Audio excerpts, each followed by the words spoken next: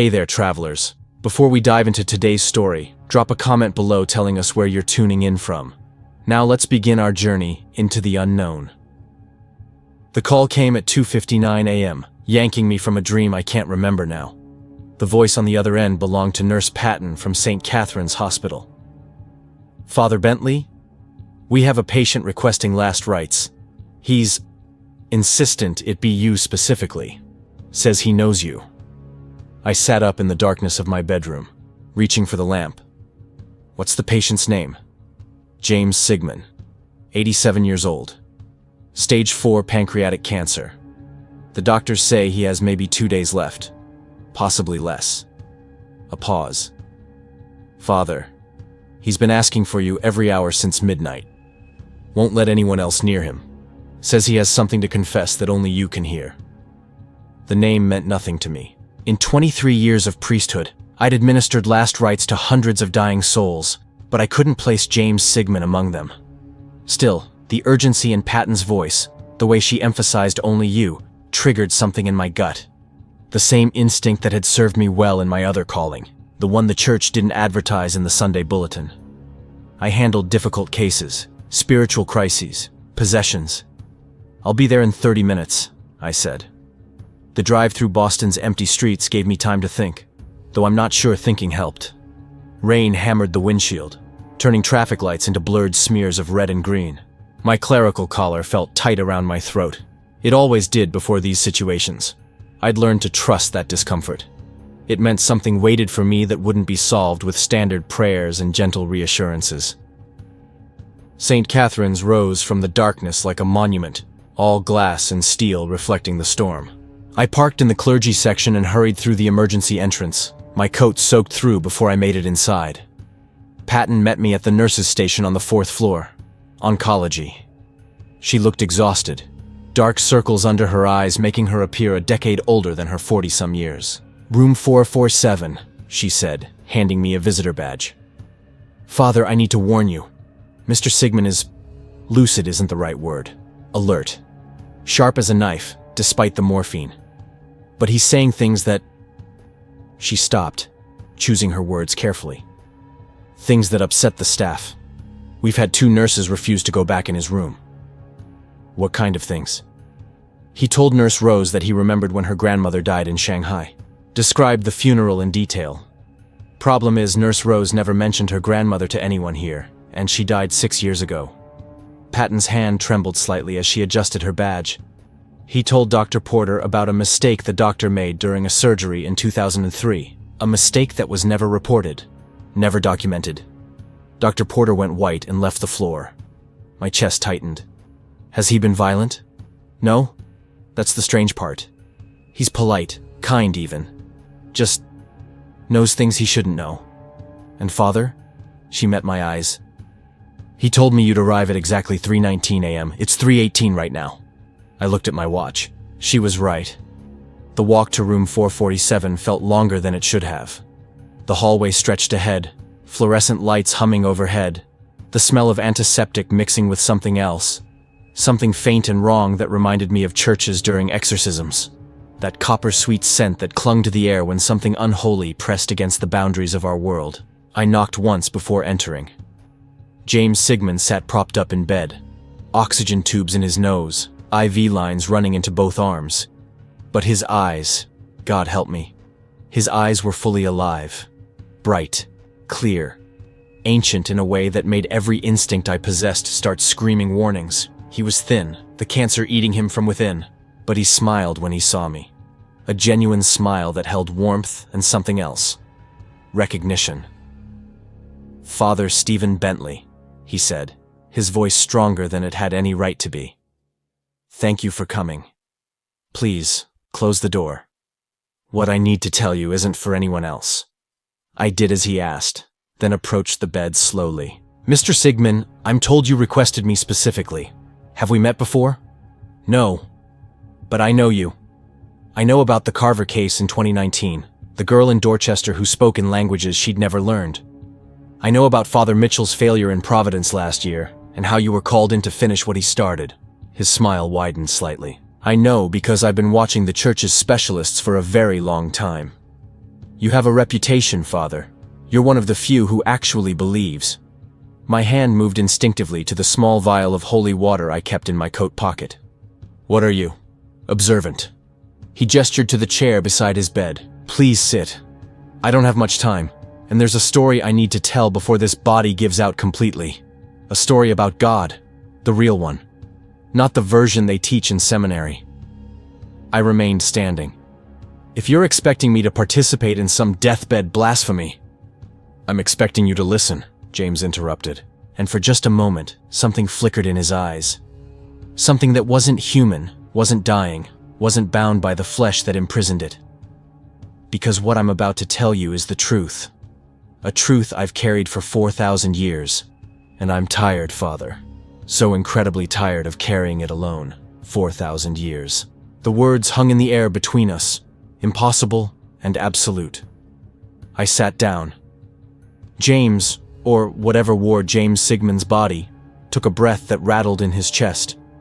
When he spoke again, his voice carried the weight of ages, of centuries compressed into sentences. My true name is Azeroth.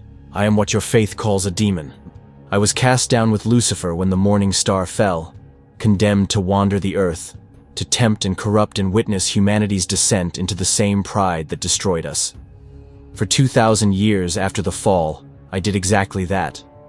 I possessed kings and murderers, whispered in the ears of tyrants, encouraged every dark impulse that flickered in human hearts. He paused, studying my face. I kept my expression neutral, though my hand gripped the chair arm hard enough to hurt. But 4,000 years ago, in ancient Mesopotamia, I possessed a merchant named Anatom. He was dying of fever, his family starving, and his prayers had gone unanswered. Easy prey. I slipped into his flesh one night, wore his life like a coat, and prepared to ruin whatever remained of his miserable existence. The rain hammered against the window, making shadows dance across the walls. The next morning I went to the market in Ur, and that's where I met him. Azeroth's voice softened, taking on a quality that might have been reverence. A potter. Middle-aged, calloused hands, simple robes. He was selling clay vessels, nothing remarkable. But when I walked past his stall, he looked up and smiled at me. And Father, I knew. Somehow, impossibly, I knew exactly who this potter was. Who? The word came out as barely a whisper. God. The Creator. The one who cast me down. He was living as a human, walking among mortals, selling pots in a dusty market in Ur. I wanted to call him insane, to reach for my holy water and begin the rituals I'd performed dozens of times. But something in his voice stopped me. Not compulsion. I'd been trained to resist that. This was different. This was the sound of absolute certainty mixed with something I never expected to hear from a demon's lips. Wonder. He called me by the merchant's name, Azeroth continued. Asked if I wanted to buy a water jug. I stood there, stunned, waiting for divine judgment, for holy fire, for annihilation. Instead, he just smiled. Started telling me about the clay he'd used, how he'd fired the vessels, how the glaze had turned out better than expected. Completely mundane conversation, as if I wasn't a demon wearing stolen flesh, as if he didn't know. But he did know, I said. Yes, I realized that quickly. He spoke to me in perfect Sumerian, but occasionally used words from languages that wouldn't exist for another 1,000 years. He made references to events that hadn't happened yet, and his eyes, Father, you can't fake what I saw in his eyes. The weight of eternity, the exhaustion of omniscience. He was God, absolutely and undeniably, but he was also just this man, this potter. Azeroth shifted in the bed, wincing. I could see the pain breaking through whatever supernatural force was keeping him conscious. I bought a jug, I don't know why. Then I asked him why he was here, in this market, pretending to be human. Do you know what he said? I shook my head. He said, I wanted to know what it feels like, to wake up without knowing everything, to wonder what tomorrow brings, to be hungry and tired and uncertain, to be them. The machines monitoring James Sigmund's body beeped steadily. a metronome marking the seconds of a life drawing to its close. But Azeroth's voice gained strength, as if the memory itself provided fuel. We talked for hours that day, about clay and weather and trade routes, completely ordinary topics. He never acknowledged what he was, and I never revealed what I was, but we both knew. And at the end of the day, he invited me to share his evening meal. Said he'd purchased too much bread and dates, and it would be a shame to waste food. You accepted. I did. And that night, over bread and beer in his small rented room, he asked me what I thought of humanity. Not as God asking a demon, but as one observer asking another. So I told him the truth, that I found them fascinating and horrifying in equal measure, that their capacity for cruelty matched their capacity for kindness, and I couldn't predict which impulse would win in any given moment. Azeroth's eyes grew distant, looking at something beyond the hospital room, beyond the present moment. He listened, really listened. Then he said something I've never forgotten. That uncertainty is the entire point. I gave them free will because a love that's chosen is infinitely more valuable than a love that's programmed. But free will means they can choose hatred instead. Choose violence, choose selfishness. And I have to let them, because the alternative is creating slaves, not children. The words settled over me like snow, cold and undeniable. We became... friends isn't quite the right word. Companions. He knew what I was. I knew what he was. But we continued this strange dance of pretending we were both just humans discussing philosophy. I followed him for years, watched him work as a potter, then as a carpenter, then as a shepherd. He moved between cities, between civilizations, always taking the simplest roles, always observing. He was studying humanity, I said. No, he was experiencing them. There's a difference. Azeroth leaned forward slightly. God knows everything, Father. Every thought, every action, every possible outcome. But knowing isn't the same as feeling. He came down because he wanted to feel what it was like to be mortal, to have skin that bruises, and a stomach that hungers, and a heart that breaks. How long did you follow him? The first time? 15 years. Then the body I was wearing died, killed in a raid by bandits from the north. I was expelled back to the spaces between, furious that I'd lost track of him. But 3 years later, I possessed another human, an Egyptian scribe, and I went looking. Found him in Memphis, working as a stonecutter on a minor temple project. Azeroth smiled, and despite everything, it looked genuine. He recognized me immediately. Not the body. He knew I was the same demon in different flesh, greeted me like an old friend, said he'd wondered when I'd find him again. We picked up right where we'd left off, as if no time had passed at all. And that's when I understood what he was doing. What? He was lonely, Father. The loneliest being in all creation. He had worshippers, prophets, angels, but no one he could simply talk to. No one who saw him as something other than the Almighty. Except me. I was damned, cast out, beneath his grace, which meant I was the only one who could treat him as an equal. The implications of that statement crashed over me. God seeking companionship from a demon because everyone else was too busy worshipping to simply be with him. For 4,000 years, I followed him. Every time a body died or I was exorcised, I'd possess someone new and search until I found him again. We traveled through Egypt and Babylon, through Persia and Greece and Rome. We were in Alexandria when the library burned, in Rome when Caligula declared himself a god, in Jerusalem when the temple fell. You were there during the crucifixion? The question escaped before I could stop it. No. That's the strange part. Azeroth's expression grew complicated. He vanished for 33 years, just disappeared completely. I searched everywhere, possessed dozens of bodies trying to find him, but he was gone. Then, in 33 AD, he reappeared. Found me in Antioch, wearing the body of a Greek merchant. He looked different, more tired somehow. Older in a way that had nothing to do with the physical form he wore.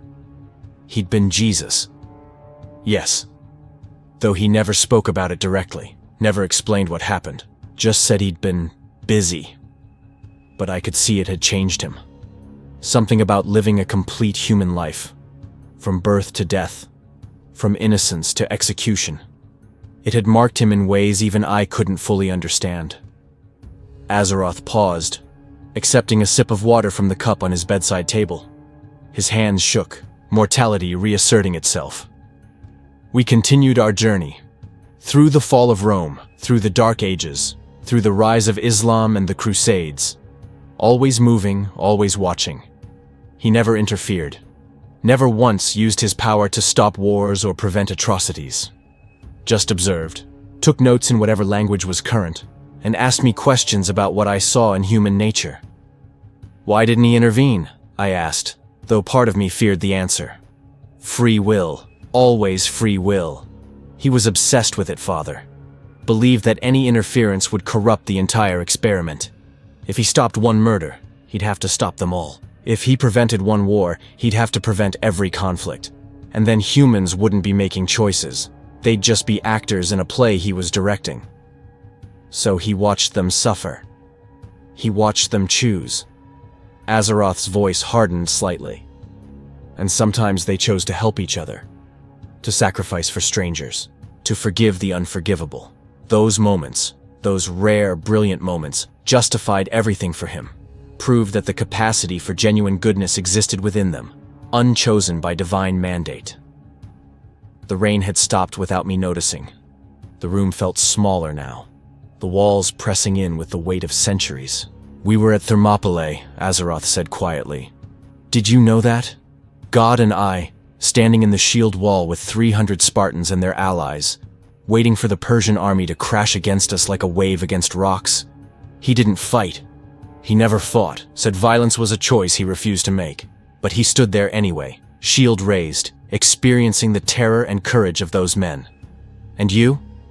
I fought.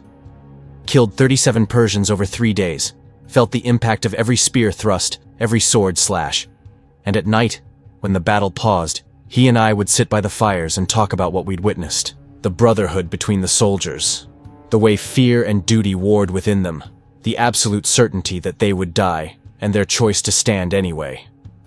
Azeroth's breathing grew labored. The machines beside his bed began beeping more insistently. But he waved off my concern, determined to continue. We were at Hastings in 1066.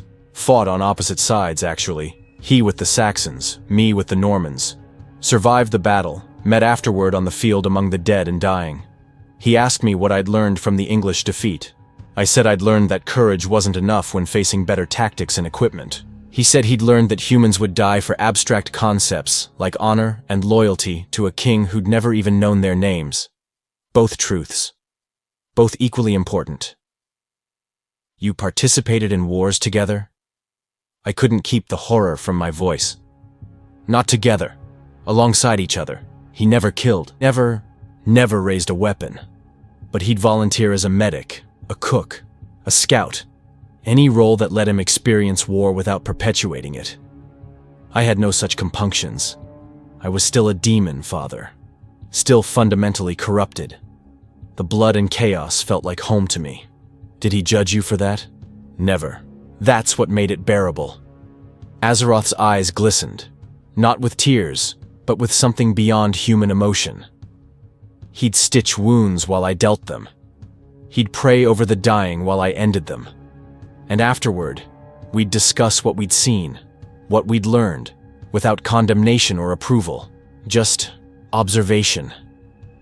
The night pressed against the window, absolute and dark. I glanced at my watch, 4:23 a.m. I'd been in this room for over an hour, listening to a demon tell me stories about God living as a vagrant philosopher-warrior through human history. Every instinct screamed that this was a trap. That Azeroth was weaving an elaborate lie designed to corrupt my faith, to make me question the foundations of everything I believed. But I'd performed dozens of exorcisms, interviewed countless possessed souls, and I'd never heard one speak with this particular tone. This exhausted, melancholic certainty. The Renaissance, Azeroth continued, his voice barely above a whisper now. Florence, 1478. We were there when the Pazzi conspiracy tried to assassinate Lorenzo de' Medici during Easter Mass. watched men cut down Lorenzo's brother Giuliano right in front of the altar, stabbed 19 times while the choir sang. God stood in that cathedral, surrounded by murder done in his house, on his holiest day, and I saw his hands shaking. What did he say? Nothing. For 3 days he didn't speak, just wandered the streets of Florence, looking at the art, at the architecture, at all the beauty humans had created in his name. Then he found me in a tavern and said, "They're capable of such magnificence. Why does it always come with this much blood?" What did you tell him? I said because blood is the price of everything worth having. Beauty, freedom, faith. They're all paid for in suffering. He asked if I believed that was necessary. I said I didn't know, but it seemed to be the only pattern that held true across every civilization, every era. Azeroth closed his eyes. He didn't respond, just went back to watching, waiting, hoping they'd prove me wrong. The machine's beeping grew irregular. Nurse Patton's face appeared briefly at the door window, concern written across her features. I held up a hand. 5 more minutes. We need to speed this up, I said gently. Your body is failing.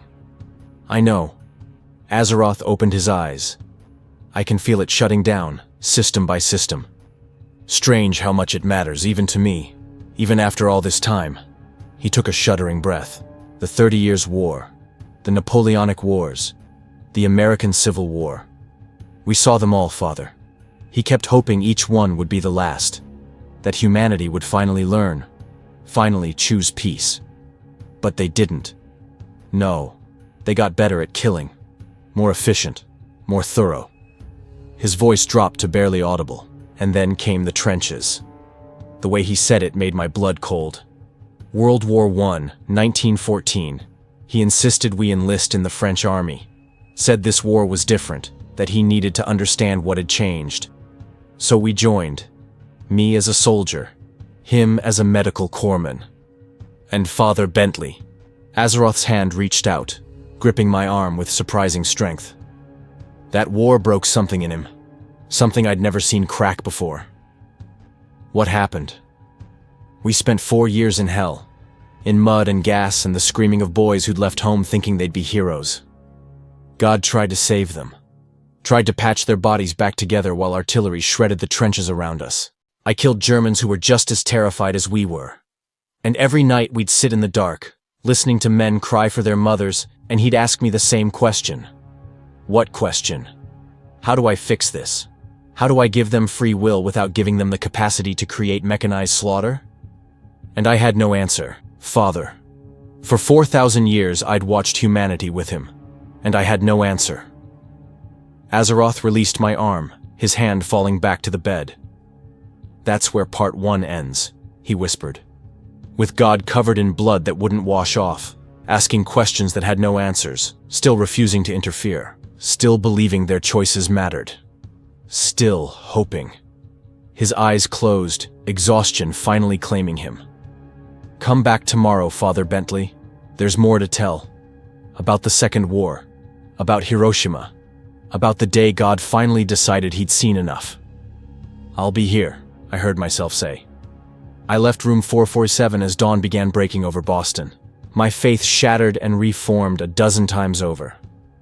I didn't know if I'd heard truth or the most elaborate lie ever constructed. But I knew I'd return tomorrow.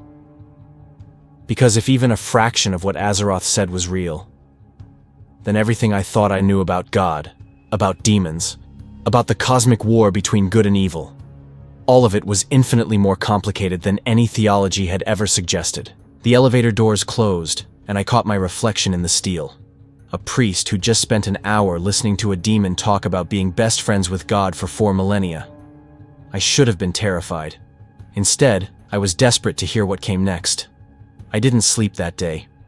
Couldn't. Every time I closed my eyes, I saw James Sigmund's face, or rather, Azeroth's ancient eyes staring out from dying flesh, telling me about God selling pottery in ancient Ur, about standing in shield walls at Thermopylae, about watching the creator of everything sit in muddy trenches, asking questions that had no answers. I went through the motions of my duties. Morning Mass at St. Augustine's, Confession from 3 elderly parishioners whose sins were so mundane I wanted to weep. Mrs. Daphne worried she'd been unkind to her daughter-in-law. Mr. Okoye feared he'd been prideful about his grandson's scholarship.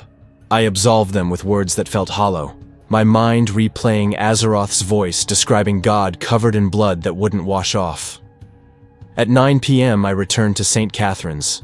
Nurse Patton met me at the 4th floor station, her expression grave. He's been asking for you every hour since he woke up. Won't take his pain medication until you arrive. Says he needs to be clear-headed for what comes next. She hesitated. Father, Dr. August wants to know what you're discussing with him. The patient's vitals spike during your conversations. Stress indicators that should be impossible given his morphine levels. Tell Dr. August I'm hearing his confession. Patient confidentiality applies. For 8 hours? For however long it takes. Room 447's door stood open. James Sigmund sat propped against pillows, oxygen flowing, IV lines feeding medication his body no longer processed properly. But his eyes were alert, burning with urgency. He smiled weakly when he saw me. Father Bentley, I was afraid you wouldn't come back. Afraid you'd convince yourself it was all demonic manipulation, a trap for your immortal soul. I pulled the chair close to his bed, sat down heavily. I considered it. Prayed about it for 6 hours. Asked for guidance, for wisdom, for some sign of what I should do. And? Nothing. No answer. Which either means God doesn't care what I do or... I stopped, unwilling to finish the thought. Or he's not here to answer. Azeroth finished gently. Yes, that's part of what I need to tell you tonight. He shifted position, wincing. Where did I leave off? World War I, the trenches. God asking how to give free will without enabling mechanized slaughter. Ah, yes. Azeroth's gaze went distant. We survived Verdun, the Somme, Passchendaele. 4 years of watching the flower of European youth fed into a meat grinder for strips of mud that held no strategic value. When the armistice came in November 1918, we walked away from the French army and disappeared into the countryside. He paused, accepting water from a cup I held to his lips. For 10 years, we wandered. He spoke less and less. Took jobs in villages, on farms, in factories. I think he was searching for something, evidence that humanity had learned, had changed, had grown beyond what he'd witnessed in those trenches. And in small ways, he found it. A farmer who forgave the German soldier who'd killed his son. A widow who adopted war orphans from both sides. Small mercies. But it wasn't enough, I said. No, because the world was preparing for another war. We could both feel it coming. The economic collapse, the rise of fascism, the old hatreds festering beneath temporary peace.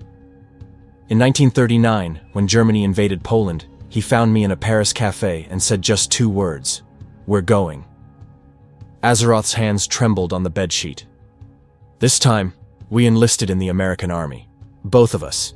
He used forged papers claiming to be a Canadian volunteer. I possessed a farm boy from Iowa whose family wouldn't miss him. We went through basic training at Fort Benning, Georgia in the summer of 1942. Got assigned to the same unit, 2nd Battalion, 16th Infantry Regiment, 1st Infantry Division. The specificity of it sent chills through me. These weren't vague historical references. This was detailed, personal testimony. The big red one, I whispered. They fought in North Africa, Sicily, Omaha Beach. We were at all of them, Father. Azeroth's voice grew stronger, as if the memories provided fuel despite the body's deterioration. Our first real engagement was Kasserine Pass in Tunisia, February 1943. First major battle between American and German forces. We got destroyed. He closed his eyes, and when he spoke again, his voice took on the quality of someone reliving trauma. The Germans came at us with panzer tanks and battle-hardened troops who'd been fighting for years. We were green, untested, scared kids who'd been civilians 8 months earlier. I remember Private Eddie Colley, 19 years old from Ohio, standing next to me when a tank shell hit our position. The concussion threw me 15 feet. When I looked back, Eddie was just gone. Not dead. Gone. Vaporized into red mist. Where was God during this? running toward the wounded. He was a medic, Father, so he ran toward the explosions, toward the screaming, toward the places where bodies were being torn apart. I watched him work on a sergeant whose legs had been shredded by shrapnel. Watched him try to stop arterial bleeding with gauze and pressure while the man screamed for his mother. The sergeant died anyway. Bled out in God's hands while German artillery bracketed our position. Azeroth opened his eyes, and they were wet. That night, what was left of our unit retreated. We'd lost over 600 men in less than 48 hours. God sat against a rock in the desert, covered in other people's blood, and stared at his hands. I sat next to him. After an hour of silence, he said, "It's worse. The weapons are worse. But the fear is the same. The dying is the same. Why haven't they learned?" "What did you tell him?" I said maybe learning wasn't possible. Maybe violence was hardwired into them so deeply that no amount of suffering would ever teach them peace. Azeroth's voice cracked. He didn't respond. Just went back to staring at his hands. The machines monitoring James Sigmund's body beeped steadily. Outside, the hospital continued its nocturnal rhythm. Footsteps in corridors, distant conversations, the hum of equipment keeping people alive. We retrained, reorganized. By July 1943, we were part of the invasion force for Sicily, Operation Husky. Landed on the beaches near Gela on July 10th. This time, we were better prepared, better equipped, but the fighting was brutal anyway. House-to-house combat through ancient towns, snipers, booby traps, civilians caught in the crossfire. Azeroth's breathing grew labored. I glanced at the monitors. His heart rate was elevated, but steady. I killed a German soldier in a church. San Salvatore, I think it was called. Beautiful old building, frescoes on the ceiling, generations of faith soaked into the stones. He was maybe 22, hiding behind the altar. We saw each other at the same time. He raised his rifle, I raised mine. I pulled the trigger first. And God? Found us there 10 minutes later. Saw the German's body, saw me standing over it with my rifle still smoking, and said nothing. Just knelt down, closed the boy's eyes, and whispered a prayer in German. I asked him what he'd prayed. He said, "Forgiveness. For all of us." The weight of those words settled over the room like ash. We fought through Sicily, then Italy, Salerno, Anzio, months of grinding combat, villages destroyed, civilians displaced, soldiers dying for hills and bridges that would be fought over again next week. God kept working as a medic, kept trying to save lives even as I took them. We didn't talk much during those months. What was there to say? Azeroth coughed, a wet sound that made me wince. He waved off my concern. June 6th, 1944. D-Day, Omaha Beach. His voice dropped to barely audible. "Father, I've witnessed human courage and human suffering across 4,000 years.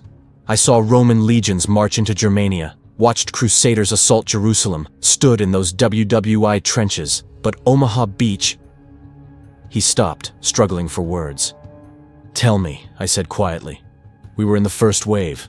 Assault landing craft number 26, carrying 30 men from Baker Company. Hit the water at 0630 hours, 600 yards from shore. The ramp dropped, and immediately, machine gun fire cut through the front ranks. 5 men died before they even touched water. I pushed forward, got into the surf that was already turning red. Bullets everywhere, hitting the water around us like angry wasps, striking men who screamed and fell and disappeared under the waves. Azeroth's hands gripped the bedsheet, knuckles white. God was right beside me, carrying his medic bag, trying to help wounded men who were drowning in 3 feet of water, weighed down by their equipment. I saw him drag Private Marshall, kid from Tennessee, toward the beach, but Marshall had been hit in the stomach, intestines spilling out, crying for his mama, begging God to save him. And God couldn't. Marshall died in his arms before they made it to the sand. How did you make it to shore? Luck, chance, divine intervention, ironically. A bitter smile crossed his face. We reached the seawall, took cover with maybe 50 other survivors from our company. 200 yards away, German bunkers poured fire down on us. Men tried to advance, got cut down, tried to retreat, got cut down. We were pinned, trapped, dying in dozens. He paused, his breathing ragged. Lieutenant Davi, our platoon leader, started organizing a squad to flank the nearest bunker. Volunteers only. God immediately raised his hand. I grabbed his arm, asked what the hell he was doing. He looked at me with these exhausted eyes and said, "Someone has to. If I can save even one more life today, isn't that worth it?" He went? We both did. 15 of us crawled through the sand, using craters and dead bodies for cover, while machine guns traversed back and forth looking for targets. Took us 40 minutes to move 200 yards. Lost 6 men getting there. But we flanked the bunker, threw grenades through the firing slit, silenced the guns. Azeroth's eyes closed again. Inside the bunker, we found 4 German soldiers, 2 dead from the grenades, 2 wounded. Both wounded men were kids, 17, maybe 18, conscripts, terrified. One had taken shrapnel in his chest, sucking wound, drowning in his own blood. God immediately started working on him. Used his medical training, his supplies, trying to save this enemy soldier who'd been killing Americans minutes before. Did he save him? Yes. Stabilized both of them enough to be taken prisoner. And that night, sitting in a foxhole we dug into French soil, he asked me a question that I still hear in my sleep. What's the point, Azeroth? What's the purpose of free will if they only choose this? The room felt colder. I pulled my coat tighter around my shoulders. I didn't answer him, Father. Because for the first time in 4,000 years, I was starting to wonder the same thing. We sat in silence for a long moment. The night pressed against the windows, absolute and indifferent. We fought through France, Azeroth finally continued. Belgium. Germany itself. Every town the same. Destroyed buildings, traumatized civilians, soldiers on both sides who were just trying to survive. We were at Hurtgen Forest in November, fighting for a patch of woods that held no strategic value, except that both sides had decided it mattered. 30,000 American casualties for trees and mud. God still refused to interfere? He never wavered on that principle, never. But I could see it consuming him. Father. The weight of watching, of knowing he could end all of it with a word, with a thought, but refusing to violate the free will he'd given them. He started looking older, not physically, but in some indefinable way, as if witnessing this much suffering left marks even on divinity. Azeroth shifted, Azeroth, grimacing with pain. April 1945. We crossed into Germany itself, started liberating concentration camps. His voice went flat, emotionless. Buchenwald first, then Dachau. Father Bentley, I want you to understand something. I am a demon. I am fundamentally evil, corrupted, devoted to humanity's destruction. I have whispered in the ears of murderers and tyrants. I have encouraged every dark impulse, every cruel act. He opened his eyes, and they held an agony that transcended the physical. But what we found in those camps, what humans had done to other humans, systematically, efficiently, with bureaucratic precision, it made me sick. Actually, physically sick. I possessed a human body, and that body vomited at the sight of what your species had accomplished without any demonic influence at all. And God? He walked through Dachau in complete silence, past the barracks where walking skeletons stared at us with hollow eyes, past the crematorium where the oven still held bones, past the execution wall where thousands had been shot. He didn't speak for 3 days afterward, just performed his duties mechanically, treated wounded survivors, helped distribute food and medicine, did what needed doing. Azeroth's hands trembled. On the 4th day, we were alone in a tent, away from the other soldiers.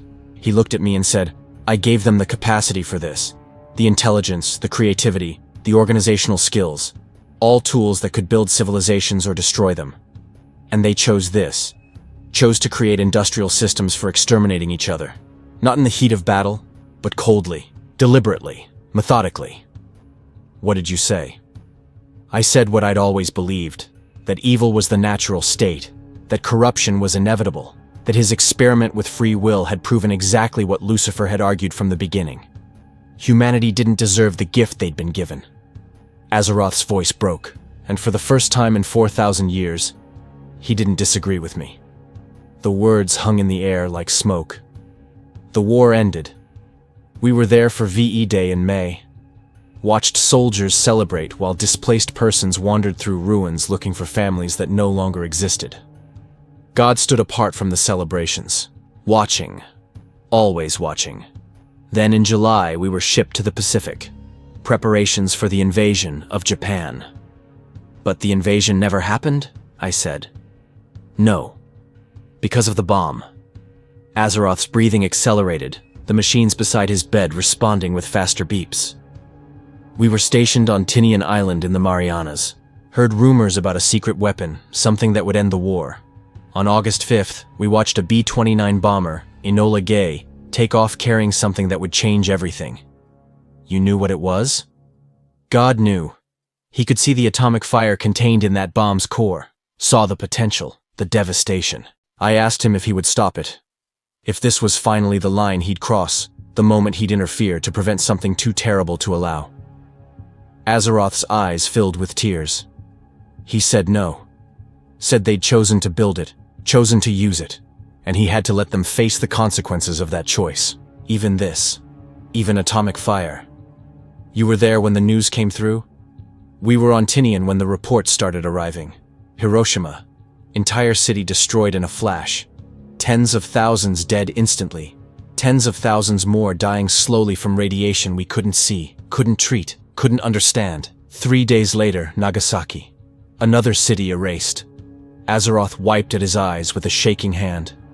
The military brass celebrated. Called it a necessary evil, said it saved millions of lives by preventing an invasion. Maybe they were right. Maybe they were wrong.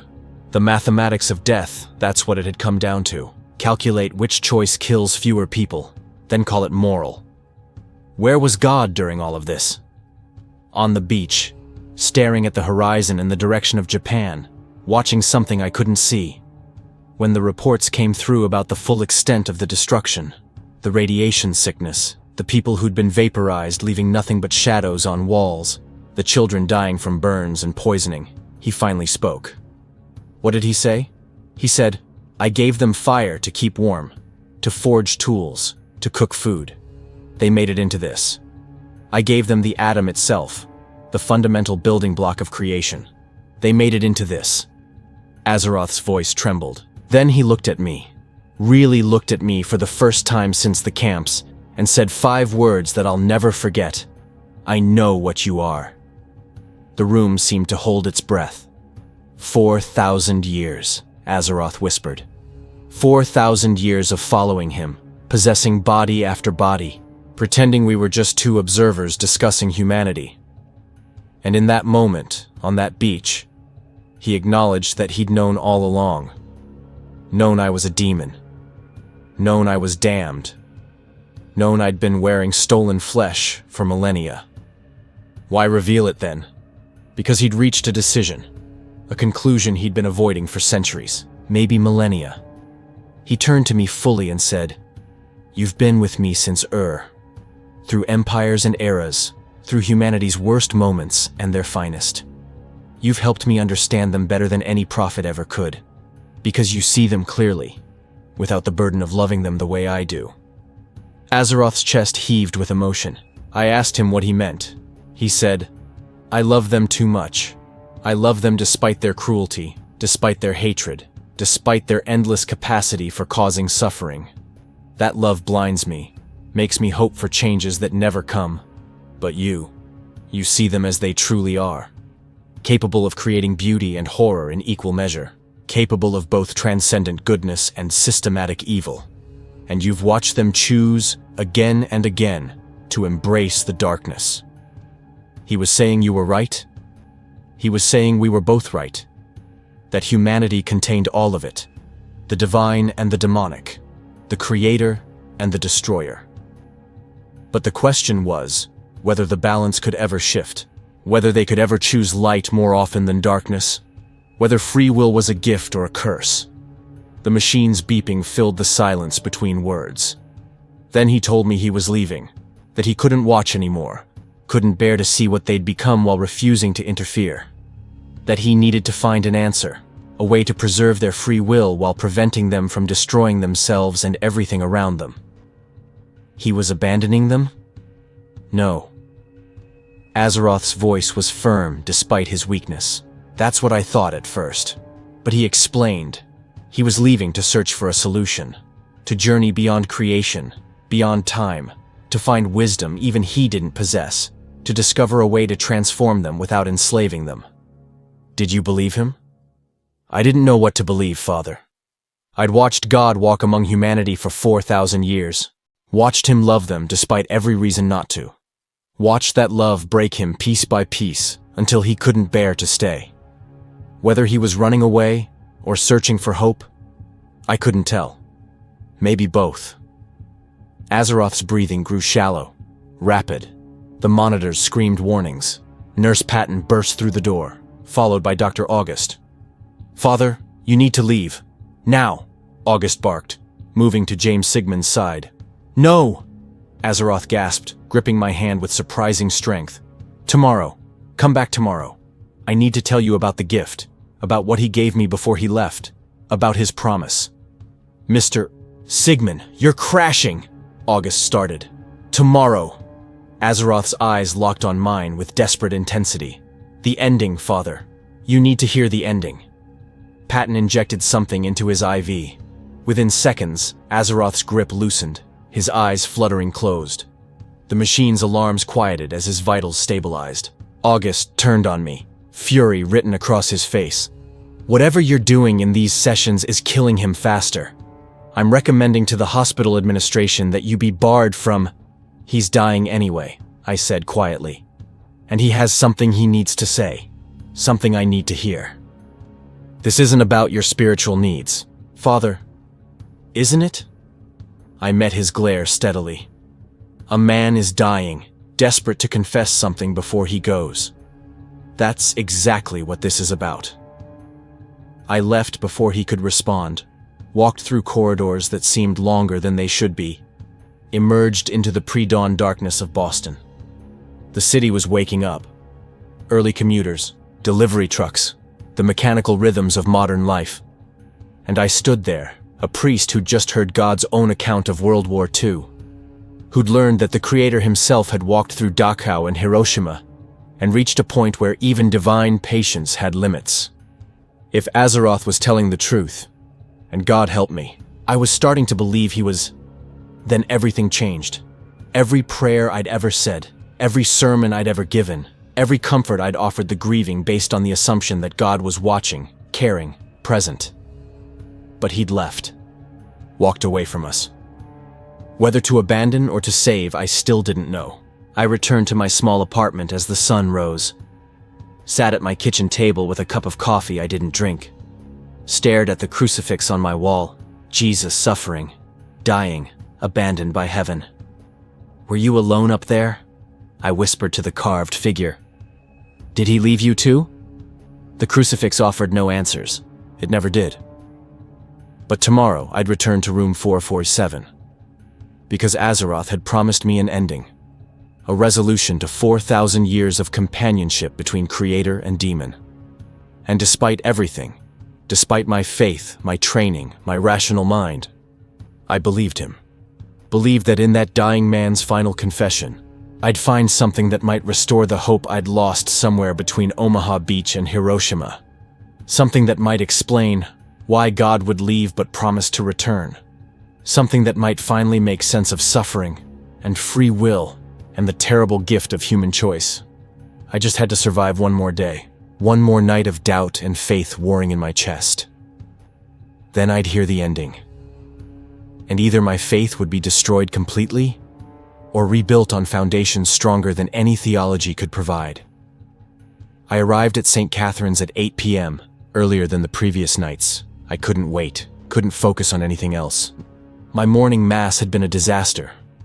I stumbled through the liturgy, lost my place twice in readings I'd performed 1,000 times, gave a homily so distracted that Mrs. Daffin asked afterward if I was feeling all right. How could I explain? How could I tell my congregation that I was waiting to hear the end of a story about God abandoning humanity after witnessing Hiroshima? That a demon in a dying man's body was giving me a theological education that made seminary look like kindergarten? Nurse Patton intercepted me at the elevator. She looked worse than before, exhausted beyond measure. Dark circles under her eyes so pronounced they looked like bruises. "He's been awake since noon," she said quietly, refusing all sedation, barely accepting pain medication. "He's suffering, Father, really suffering, but he won't let us ease it until you arrive." She gripped my arm. "Whatever he needs to tell you, please, let him finish tonight. I don't think his body can take another day." "How long does he have?" "Hours. Maybe 12 if we're lucky. His organs are shutting down one by one. The cancer has spread everywhere. Liver, lungs, brain. He should be unconscious, delirious, but he's lucid. Perfectly, impossibly lucid." Her voice dropped to a whisper. "It's not natural, Father. Whatever's keeping him alive isn't medical." I nodded slowly. "I'll hear his confession, all of it, tonight." Room 447's door stood open. James Sigmund lay propped against pillows, his body visibly deteriorating. The flesh had sunken against his bones, giving him a skeletal appearance. Yellow jaundice colored his skin, his breathing came in shallow labored gasps, but his eyes, Azeroth's ancient, terrible eyes, burned with fierce intensity. "Father Bentley." His voice was barely a whisper, but crystal clear. "Thank you for coming, for believing enough to hear the rest."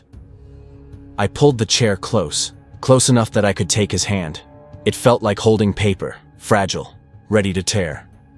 "Tell me," I said simply. "Tell me what happened after God revealed he knew what you were. Tell me about the gift." Azeroth smiled, and despite the pain etched into every line of his face, that smile held genuine warmth. September 1945. 2 weeks after Nagasaki. Our unit was still stationed on Tinian Island, but the war was over. Men celebrated, wrote letters home, made plans for futures they thought they'd never have. God and I stood apart from the celebrations, on the beach where we'd watched the Enola Gay take off. He paused, accepting water from a cup I held to his lips. He told me he'd decided, that he was leaving Earth, leaving humanity to face the consequences of their choices without his direct observation. I asked where he was going. He said he was going searching, beyond creation, beyond the boundaries of what he'd made, into spaces even angels couldn't perceive. Searching for what? A solution, a way to reconcile free will with survival. How to let them choose without letting them destroy themselves and everything he'd created. He said he'd been wrestling with this problem since the first murder, Cain and Abel, and he still didn't have an answer.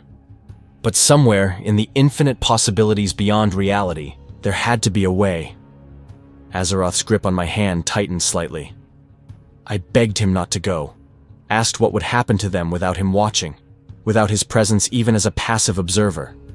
He said they'd continue exactly as they had been, making choices, building civilizations, tearing them down, creating beauty and horror in equal measure. That his presence or absence wouldn't change their fundamental nature. But it would change everything, I whispered.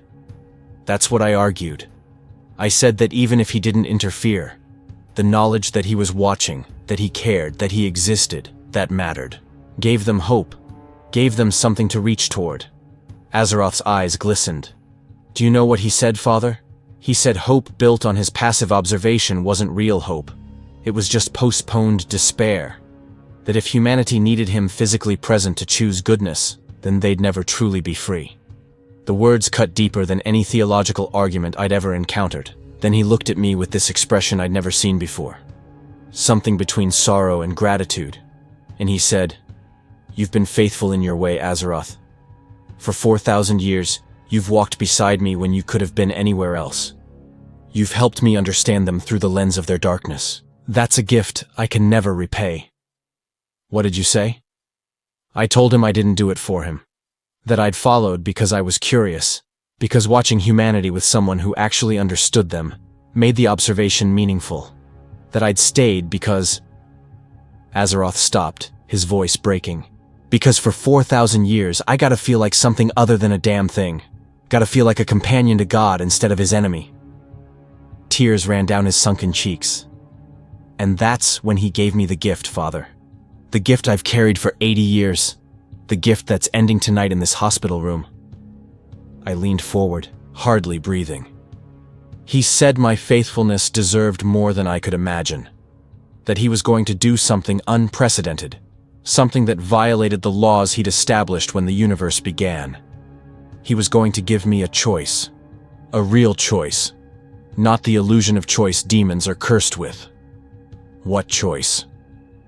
He reached out and touched my forehead. The forehead of the body I was possessing.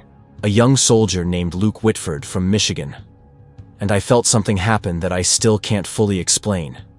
He separated me from Luke, drew my demonic essence out of his flesh and held it suspended, independent, while Luke's soul, which had been dormant, trapped for the years I'd possessed him, woke up.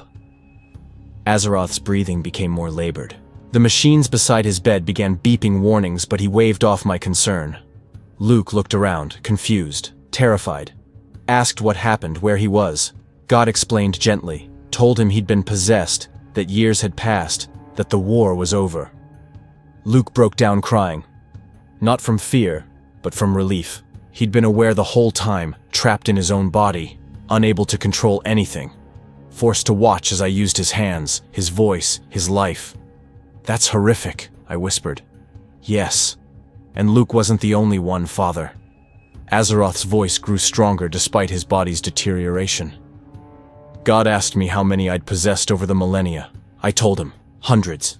Maybe thousands. Bodies I'd worn and discarded. Souls I'd trapped and abandoned. Men, women, young and old. People with families and dreams who I'd stolen and destroyed. The weight of that confession settled over the room like snow. Then God did something that broke every rule of creation. He reached back through time, all 4,000 years, and he found them. Every single soul I'd ever possessed. Souls that should have been lost, consumed, destroyed by demonic occupation. He pulled them out of wherever they'd been trapped and gave them peace. He freed them all? Everyone. I felt it happening. Felt the connection to each possession being severed. Felt the weight of 4,000 years of theft being lifted. Enadam, the Sumerian merchant, the Egyptian scribe, the Greek scholar, the Roman soldier, hundreds of others whose names I'd forgotten, but God remembered. He gave them what I'd stolen. Passage to wherever souls go when their lives end naturally. Forgiveness. Rest. Azeroth sobbed, a raw, broken sound. Then he turned to Luke Whitford and asked if he wanted the same thing. Immediate peace, an end to suffering, reward for enduring years of imprisonment in his own body. Luke said yes. God touched his forehead, and Luke's soul simply left, went home. I could see it in his eyes, the relief, the joy, the end of pain. He smiled at God, whispered thank you, and was gone, leaving you with an empty body. Yes, God explained what he'd done. He'd freed Luke's soul but left his body intact, alive, healthy. And he gave me the choice. I could leave that body, return to being a demon as I'd always been, cursed and damned. Or I could stay in Luke's body, live out a complete human life, and at the end, at the moment of death, I could choose again. Choose what? Whether to return to hell as a demon, or to return to God as something else, something new. Azeroth's eyes locked on mine with desperate intensity. He said he was giving me the chance to understand humanity not as an observer or a possessor, but as one of them.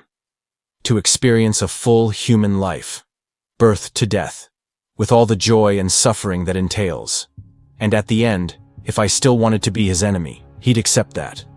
But if I wanted to come home, to return to what I was before the fall, he'd find a way to make that possible. My throat closed with emotion. What did you choose? I stayed. Became Luke Whitford in truth, not just in stolen flesh. God gave me one last piece of advice before he left. He said, live well. Love deeply.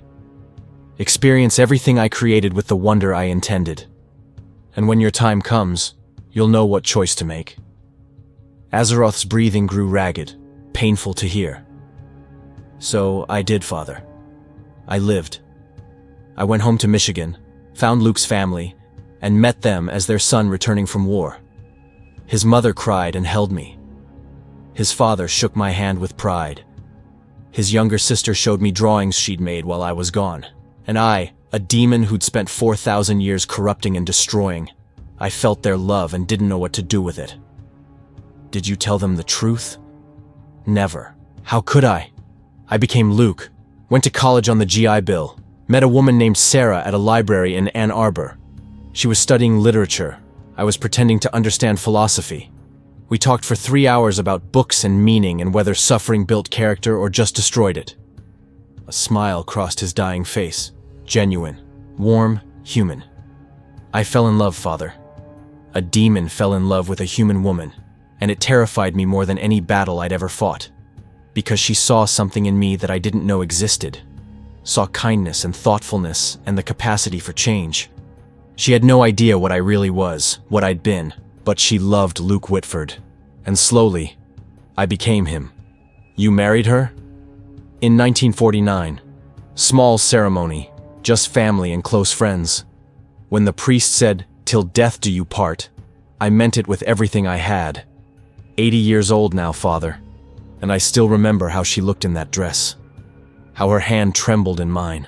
How I promised before God, before the same God who'd given me this impossible second chance, to love and honor her. Tears flowed freely down both our faces now. We had 3 children, Misha, Becca, and Danny.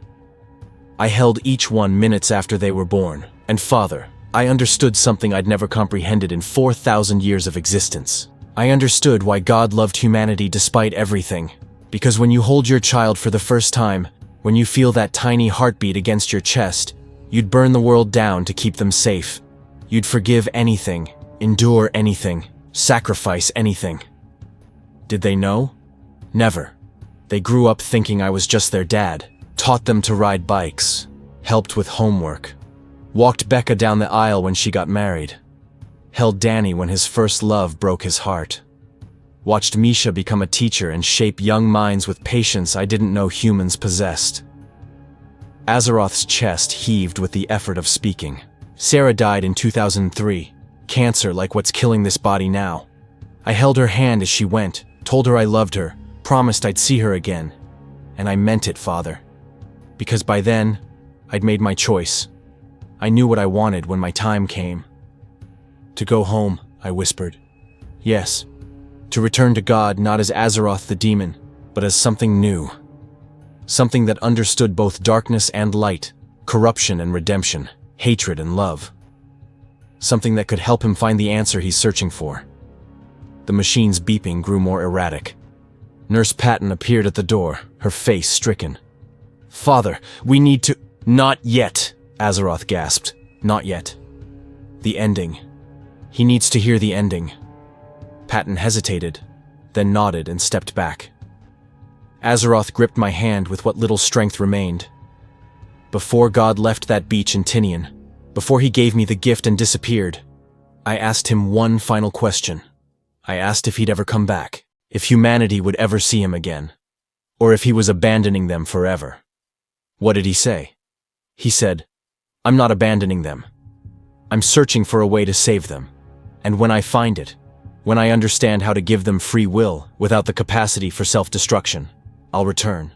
I'll end their suffering, not through force or judgment, but through transformation. I'll create something new, Azeroth. A world where all my creatures can live in genuine peace, where choice exists, but cruelty doesn't. Where they can be fully themselves without destroying each other. Azeroth's voice dropped to barely audible. I asked how long it would take. He said he didn't know. That searching beyond creation meant entering spaces where time didn't exist the way we understand it. It might take centuries by Earth's measure, millennia.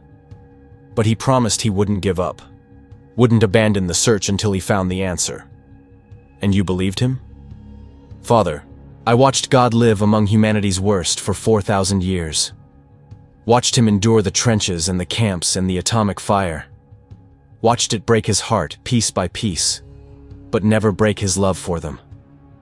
If anyone can find a way to redeem free will itself, to solve the unsolvable problem of choice and consequence, it's him. The machines screamed warnings. Dr. August rushed in with a crash cart. "We're losing him!" "Wait," I said firmly. "Let him finish, please." August looked at Azeroth's face, saw something there that made him step back. 2 minutes, that's all he has. Azeroth's eyes found mine, holding on with pure will. "That's why I called you. Father Bentley. Why I needed a priest who specializes in demons and possessions. Because I'm dying, and I want to make my choice official. I want to go home. Want to return to God not as his enemy, but as his child. Want to help him find the answer, even if it takes eternity." "You want absolution," I breathed. "I want what I don't deserve. What I should never be able to have. Forgiveness for 4,000 years of corruption. A chance to be what I was before the fall. And Father..." His grip tightened one last time. "I want you to tell people what I've told you. Tell them God hasn't abandoned them. He's searching for a way to save them. And he's coming back. How do you know he'll really return? Because I know him. Spent 4,000 years watching him refuse to give up on humanity even when he should have. Even when they gave him every reason to. That kind of love doesn't quit, Father. It searches, it endures, it finds a way." His breathing became gasps, shallow, desperate. "Father Bentley. Steven. Please. I need to hear the words, need to know I'm going home." I stood, still holding his hand, and placed my other hand on his forehead. My voice shook as I began the prayer, not the standard last rites, but something deeper. Something that acknowledged what I was absolving. Azeroth. Luke Whitford. Child of God who has traveled so far from home. I speak with the authority given to me by the Church, but more importantly, with the understanding you've given me of what God truly wants. You are forgiven. Every possession, every corruption, every sin across 4,000 years, forgiven. Tears streamed down my face. You chose to become human, chose to love and be loved, chose to understand them not as prey but as family. That choice matters. That choice redeems. And when you leave this body, you won't return to hell. You'll go home.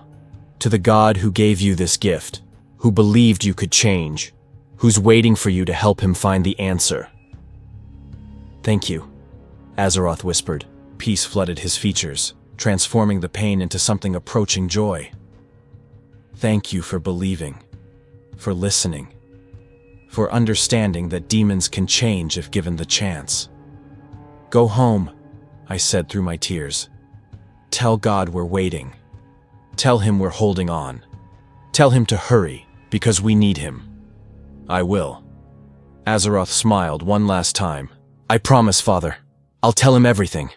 And I'll help him find the way back. Help him create that new world where all his children, angels, demons, humans, can finally live in peace." His eyes closed. The machines flatlined. Dr. August moved forward, checking for pulse, for breath, for any sign of life. After a moment, he looked at me and shook his head. Time of death, 9:47 p.m. But I barely heard him. Because in that moment, I felt something in the room. Not a presence exactly, but an absence becoming filled. A space that had been empty for 80 years, suddenly occupied by something vast and warm and impossibly ancient. I felt God, not speaking, not manifesting, just noticing, acknowledging, welcoming home a demon who'd chosen to become human, who'd chosen to love, who'd chosen to change. And in that moment, standing in room 447 of St. Catherine's Hospital, holding the hand of a dead man who'd lived 4,000 years, I understood what Azeroth had been trying to tell me. Faith isn't believing God is present. Faith is trusting he'll return. Hope isn't waiting passively for rescue. Hope is holding on while the answer is being sought. And redemption, true redemption, isn't reserved for the righteous. It's offered to anyone willing to choose transformation, no matter how far they've fallen. I stayed in that room until they came to take James Sigmund's body away. Stayed because I needed those extra minutes to process what I'd heard, what I'd witnessed, what I now carried. Patton found me in the hallway an hour later, sitting against the wall, exhausted beyond measure. "Father, are you all right?" "No," I said honestly. "But I will be." "What did he tell you? In all those hours?" I looked at her. This kind, exhausted nurse who'd facilitated a demon's deathbed confession without knowing what she was enabling.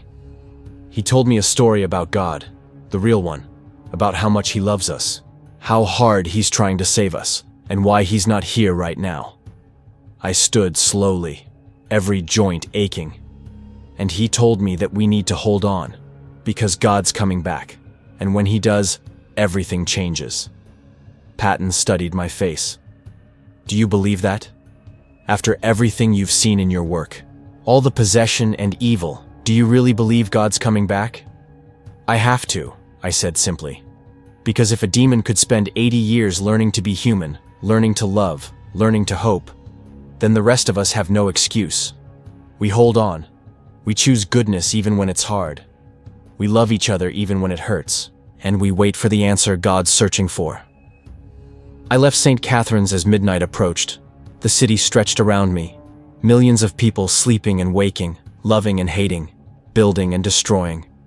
All of them unaware that God was somewhere beyond creation, searching for a way to save them from themselves. But now I knew.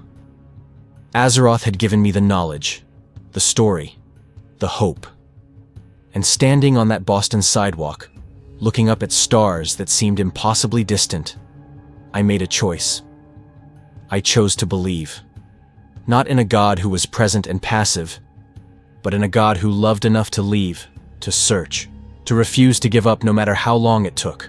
I chose to trust that somewhere beyond space and time, the Creator was working on an answer that would reconcile free will with survival, choice with consequence, human nature with divine intention. And I chose to wait, to hold on, to tell Azeroth's story to anyone who'd listen. Because 4,000 years of companionship between God and demon had taught me something seminary never could. Redemption is always possible. Change is always achievable. And God's love is patient enough to search eternity for a way to bring all his children home. Even the fallen ones. Especially the fallen ones. I walked back to my car, got in, and sat in the silence. Tomorrow I'd write down everything Azeroth had told me. Every detail, every story, every moment of God's journey through human history. I'd preserve it, share it, make sure the world knew. God hasn't abandoned us. He's searching for a way to save us, and when he finds it, he's coming back. Until then, we wait. We hope. We choose love over hatred, creation over destruction, faith over despair. We hold on.